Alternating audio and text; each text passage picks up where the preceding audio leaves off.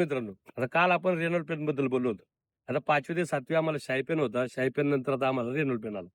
Reynold पेनचं त्या काळी अक्षर इतकं सुंदर यायचं, की त्यामुळे आम्हाला निबंध आणि आता आमची पिक्चरची आवड आणि गाण्यांची आवड पण वाढली होती.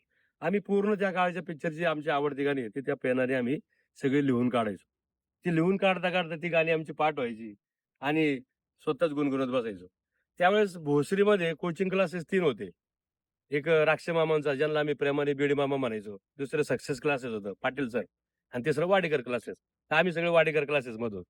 आणि भोसरी हे मध्यवर्ती ठिकाण होतं आणि त्याच्यामध्ये दिघी, कळस, मरकळ, परत चरोली, मोशी, पिंपरी चिंचवड हे सगळ्या मुलांचं मामाचं गाव हे भोसरी होतं. त्यामुळे नवीन-नवीन मित्र पण आम्हाला त्या 8वी मध्ये मिळाले. भोसरीमध्ये सगळे एकत्र झालो. आणि आम्हाला मुख्याध्यापक होते त्यावेळेस फुगे सर. फुगे सरांचा दरारा एवढा होता, आम्ही त्यांना प्रेमाने नाना म्हणायचो. फुगे सर आले, की आम्ही सगळे चिडीचूप. वर्गात सगळे जाऊन बसणार. एकमेकांशी बोलणं नाही, काय नाही. सर गेले, की मग सगळ्यांचं आपली हसी मजाक चालू. परत त्याच खोड्या, परत तीच मस्ती आणि ह्या मस्तीमध्ये मित्रांनो आमची 8वी कधी निघून गेली आम्हाला कळालं सुद्धा नाही.